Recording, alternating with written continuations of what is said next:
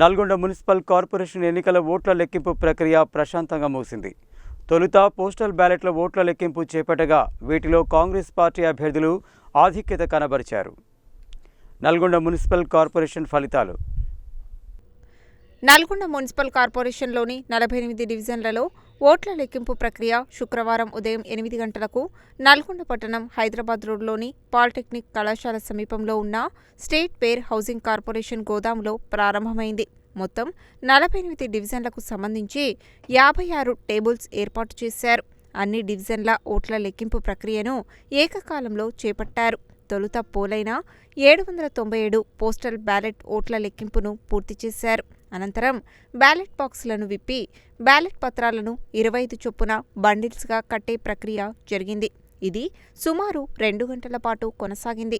అనంతరం రౌండ్కు 1000 ఓట్ల చొప్పున లెక్కించారు.